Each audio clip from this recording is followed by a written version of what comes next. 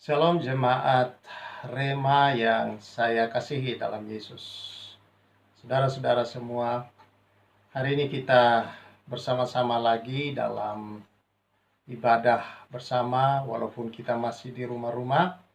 Dan hari ini saya akan membacakan firman Tuhan dan merenungkan firman Tuhan bersama. Saya ambil di dalam kitab Ayub pasal yang ke-19. Ayat yang ke-25 sampai dengan ayat yang ke-27. Demikian firman Tuhan. Tetapi aku tahu penebusku hidup, dan akhirnya ia akan bangkit di atas debu. Juga sesudah kulit tubuhku sangat rusak, tanpa dagingku pun aku akan melihat Allah, yang aku sendiri akan melihat memihak kepadaku. Mataku sendiri menyaksikannya dan bukan orang lain. Hati sanubariku merana karena rindu. Saudara yang saya kasih dalam Tuhan Yesus Kristus, beberapa hari yang lalu saya membaca sebuah artikel kecil yang di dalamnya menuliskan kisah seorang yang pernah ditahan di dalam kamp konsentrasi Nazi di Jerman. Dia bernama Viktor Frankl.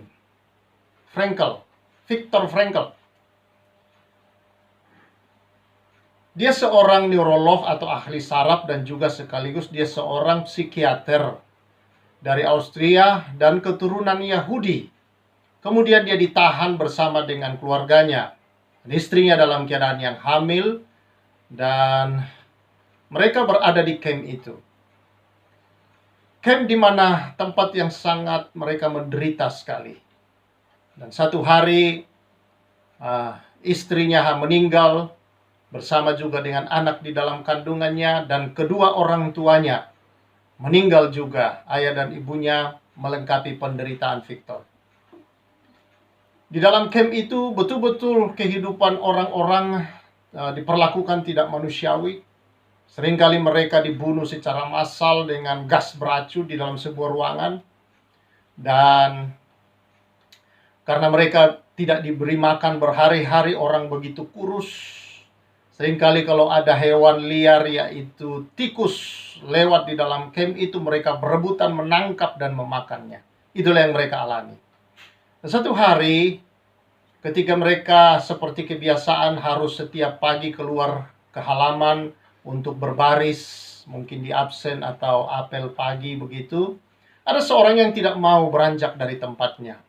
Dia beringkuk di situ, dipaksa oleh teman-temannya karena nanti kamu dihukum. Dia tidak mau. Akhirnya para sipir penjara datang lalu kemudian memaksa dia, tapi dia juga tidak mau beranjak dari tempatnya.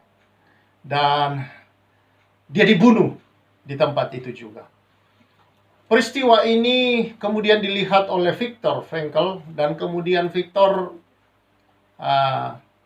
melihat kejadian itu, dan akhirnya dia mengambil sebuah kesimpulan bahwa apa saja dalam hidup seorang manusia boleh diambil, boleh dirampas daripada dia, harta, kekayaan, itu apa saja. Tetapi satu hal yang tidak boleh diambil, satu hal yang harus dipertahankan dan diperjuangkan, dipertahankan, dipelihara dalam hidup. Apa itu? Pengharapan. Viktor Frankl belajar dari situ bahwa tanpa pengharapan manusia merasa tidak punya masa depan. Tanpa pengharapan manusia merasa hidup dan mati sama saja. Dan kalau orang sudah tidak punya pengharapan lagi, dia tidak mau bangun walaupun sebenarnya dia bisa bangun. Dia tidak mau berdiri walaupun sebenarnya dia masih bisa berdiri tegak. Dia tidak mau beranjak dari tempatnya walaupun sebenarnya dia bisa pergi kemana-mana. Dia tidak mau melakukan apapun walaupun sebenarnya dia dapat melakukan banyak hal dalam hidupnya. Karena dia sudah kehilangan pengharapan, itu sebabnya maka hal itu terjadi dalam hidup orang yang tidak berpengharapan, tidak mau melakukan apapun. Dan Itu yang banyak dialami oleh orang di dunia ini yang menyebabkan banyak orang yang akhirnya mengakhiri hidupnya. Dan akibat apa yang dilihat oleh Viktor Frankl inilah, dia memutuskan untuk bertahan. Dia memutuskan untuk berjuang dalam pengharapan untuk bisa hidup. Dan ketika Perang Dunia yang kedua selesai, mereka semua dilepas. Dan Viktor menjadi seorang psikiater yang sangat terkenal. Tulisan-tulisannya menginspirasi banyak orang. Dia menolong banyak orang keluar dari kesulitan-kesulitan hidup dengan kisah-kisah yang mengerikan yang dia alami dan dia lihat di dalam kamp konsentrasi itu.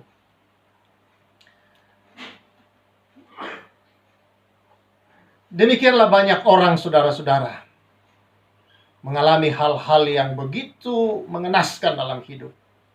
Namun ada orang yang bisa keluar karena punya pengharapan. Ada orang yang tidak memiliki lagi pengharapan lalu dia mengakhiri hidupnya. Itulah yang terjadi pada Ayub. Dikatakan Ayub adalah seorang yang sangat kaya pada zamannya. Dan kekayaannya sangat melimpah. Namun suatu hari terjadi hal yang tidak diharapkan. Oleh siapapun tidak menginginkan hal ini, apalagi orang kaya. Yaitu dia mengalami dalam satu hari, semua harta kekayaan dia miliki habis. Bukan hanya itu, anak-anaknya pun mati dalam sekejap. Dan di tengah situasi itu, dia ditimpa oleh penyakit, di mana penyakit ini memenuhi seluruh tubuhnya. Mungkin borok atau kusta pada masa itu yang membuat dia kehilangan jari-jari atau kuku-kuku yang membuat dia tidak bisa menggaruk, dan dia mengambil beling untuk bisa menggaruk tubuhnya. Namun persoalannya belum selesai. Di tengah dia sedang kesakitan, kehilangan semua harta benda, nol sekali, saudara-saudara, maka datang istrinya. Dia berharap istrinya bisa menopang dia, mendukung dia, menghibur dia, tapi bukan itu yang dia terima. Istrinya berkata, "Untuk apa lagi kau mempercayai Allahmu? Kutukilah dia dan matilah." Istri macam apa ini, saudara? Tapi itulah yang dia alami. Lalu ketika seorang sahabatnya datang mengunjungi dia, tetapi sahabat-sahabatnya pun tidak memberi jalan keluar. Mereka hanya bisa menghakimi Ayub, bahwa Ayub berdosa. Mungkin Ayub menipu, mungkin dia kaya karena dia curang, dia menipu, dia melakukan hal-hal dosa, dia korupsi, dan sebagainya, dan sebagainya. Betul-betul Ayub tidak mengalami hal yang baik. Belum lagi dicatat dalam kisah Ayub bahwa keluarga-keluarganya, saudara-saudaranya tidak mengindahkan dia, pura-pura tidak tahu apa yang dia alami. Nah, saudara yang saya kasih, di dalam hukum pada masa itu, bahwa seseorang kalau ada yang terjatuh miskin, lalu menjual seluruh hartanya, kehilangan seluruh hartanya, lalu dia harus menjual juga dirinya dengan cara menjadi budak pada seseorang, maka adalah kewajiban bagi keluarganya untuk menebus orang itu, mengangkat hidupnya kembali, menolong dia supaya tidak jadi budak, supaya dia tidak jatuh miskin dan hancur betul-betul. Seharusnya demikian. Dan hal ini tercatat di dalam hukum-hukum Musa. Hal ini kita bisa lihat dalam kisah Rut. Bagaimana Rut ditebus oleh Boas, sanak famili daripada suami Rut yang sudah meninggal. Dan Rut dalam keadaan yang begitu miskin bersama dengan mertuanya. Dan Boas mengambil tanggung jawab menebus dia. Saudara-saudara, itulah yang seharusnya dilakukan oleh saudara-saudaranya atau keluarganya, sanak famili daripada Ayub. Tapi tidak ada. Mereka semua pura-pura tidak melihat, seolah-olah Ayub sudah tidak ada. Semua orang tidak ada lagi yang berpikir Ayub masih ada. Mereka mengabaikan Ayub, dan Ayub betul-betul sendirian, sebatang kara. Tidak ada yang peduli terhadap dia. Mungkin saudara juga mengalami hal yang sama dalam hidup ini. Di tengah situasi wabah seperti ini, mungkin ada di antara saudara kehilangan orang yang dikasihi karena wabah, karena penyakit ini, saudara-saudara.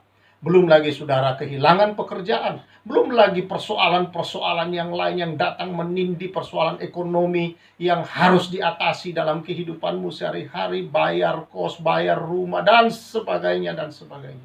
Begitu banyak. Mungkin memang tidak separah seperti Ayub. Untuk seseorang mungkin berpikir Ayub sangat berat. Tapi bagi saudara saya tahu itu semua berat. Itu berat saudara. Dan seringkali banyak orang yang mengalami persoalan-persoalan hidup tidak tahu apa yang harus dilakukan, kemana, siapa yang bisa menolong dia. Itulah yang dialami oleh Viktor Frankl, juga dialami oleh Ayub. Tetapi saya ingin memberitahukan kepada saudara ada berita baik buat kita semua. Di tengah-tengah situasi itu saudara-saudara, Ayub berkata demikian dalam ayat yang ke-25. Tetapi aku tahu penebusku hidup. Dan dia berkata juga, dan akhirnya ia akan bangkit di atas debu. Dia tahu penebusnya hidup. Dia tahu ada satu yang bisa memberi pengharapan. Ada pengharapan untuk dia bisa dipulihkan. Ada pengharapan untuk dia bisa mengalami pembaharuan dalam hidupnya. Karena dia punya satu, yaitu Allah. Allah satu-satunya yang sanggup menebus dia. Mengapa Allah sanggup menebus dia? Karena Allah Maha Kuasa, kuasanya tidak terbatas. Dan Allah sangat mengasihi Ayub. Ayub tahu dia dikasih oleh Allah.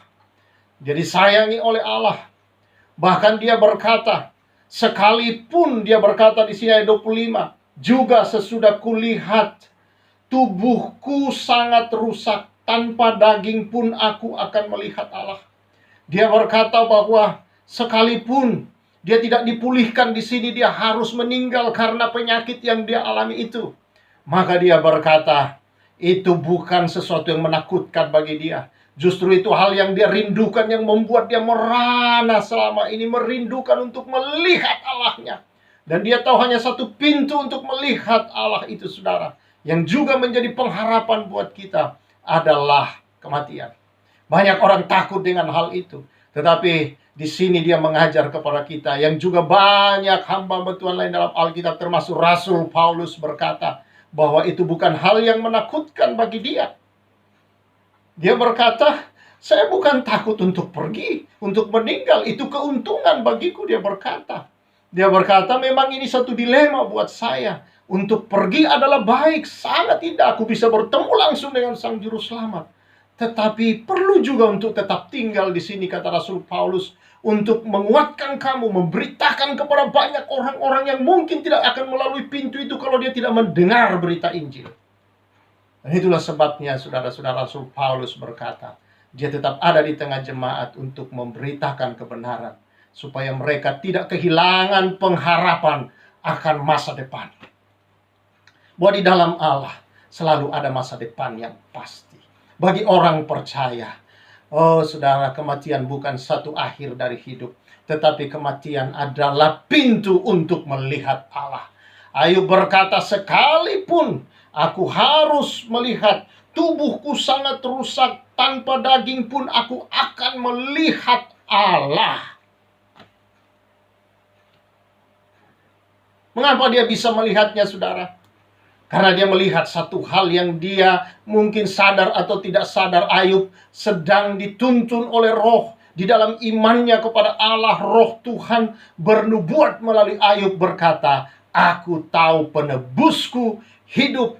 Dan dia berkata, akhirnya ia bangkit di atas debu. Dia tahu kenapa dia tidak takut saudara-saudara untuk menghadap Allah. Oleh karena satu hal dia tahu. Kenapa dia tidak takut dengan masa depan? Kenapa dia tidak takut dengan penderitaan yang dia alami walaupun semua orang meninggalkan dia? Orang yang seharusnya menolong, menebus dia tidak datang melakukan kewajibannya. Dia tidak mengharapkan, dia melihat satu yang pasti menebus dia, yaitu Allah yang hidup. Dan dalam roh dia bernubuat saudara sebenarnya tentang Mesias, Yesus yang akan diutus untuk menjadi penebus bagi dosa manusia.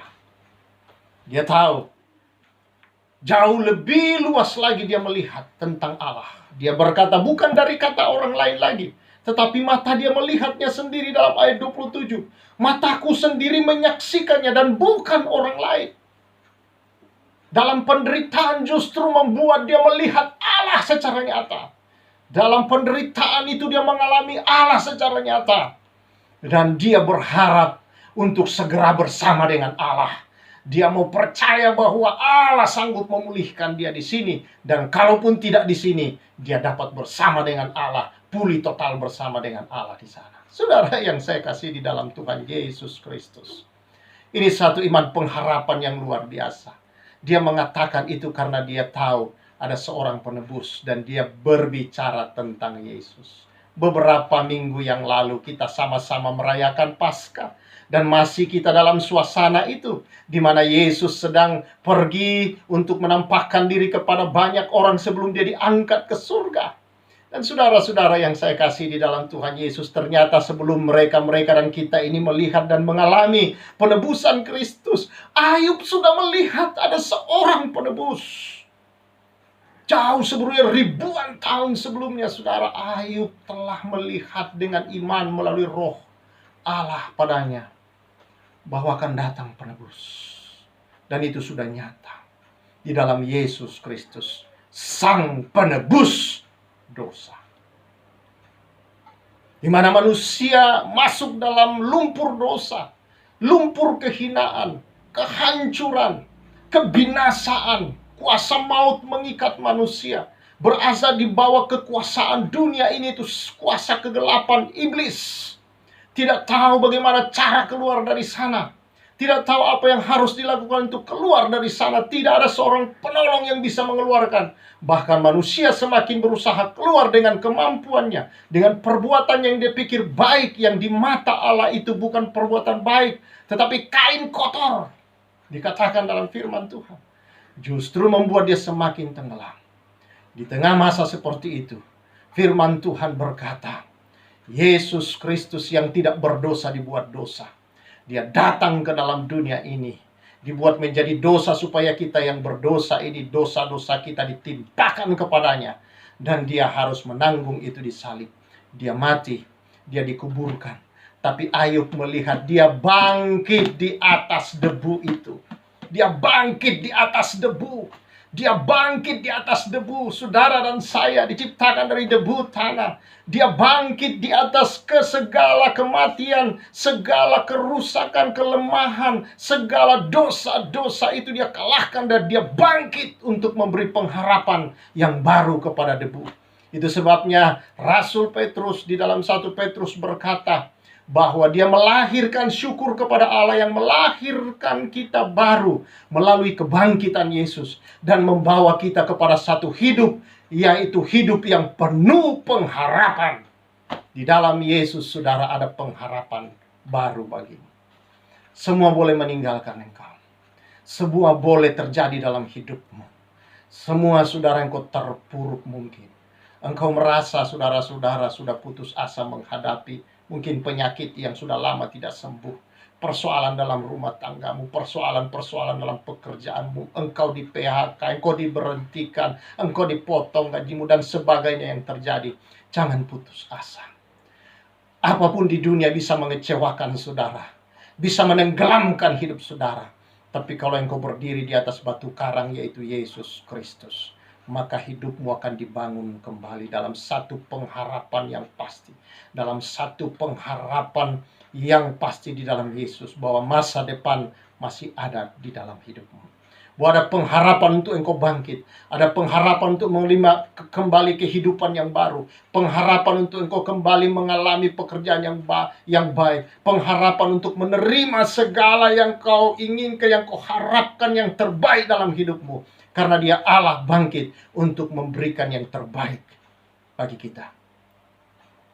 Roma 8 berkata, kalau anaknya saja dia serahkan bagi kita.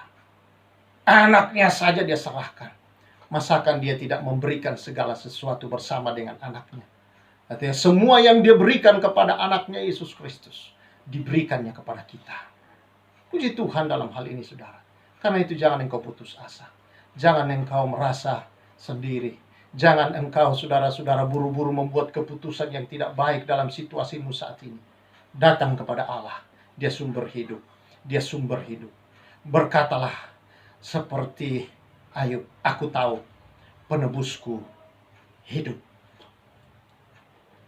Mungkin saudara berkata, itu kan nanti kita menerimanya. Apa buktinya sekarang saya bisa menerimanya? Kurang lebih 5 tahun yang lalu, 4 tahun yang lalu, 4 atau 5 tahun yang lalu, saudara, saya mengalami suatu penyakit yang tidak pernah diharapkan oleh siapapun untuk sakit. Tapi saya harus menghadapi. Dokter berkata saya mengalami pembesaran prostat. Lalu terjadi banyak hal dalam tubuh saya. Hati, jantung, lambung, empedu, membanjir, kuning. Mengalami banyak hal, sering pusing. Pernah di gereja saya berdiri di atas mimbar, saya hampir terjatuh. Dan banyak hal, pemeriksaan demi pemeriksaan, obat demi obat. Beberapa kali dokter selalu berkata operasi, operasi, tapi saya tidak mau melakukannya. Dokter lain berkata tidak boleh makan ini, tidak boleh makan itu, berhubungan dengan jantung dan hati. Kalau berpikir secara manusia, untuk apa hidup?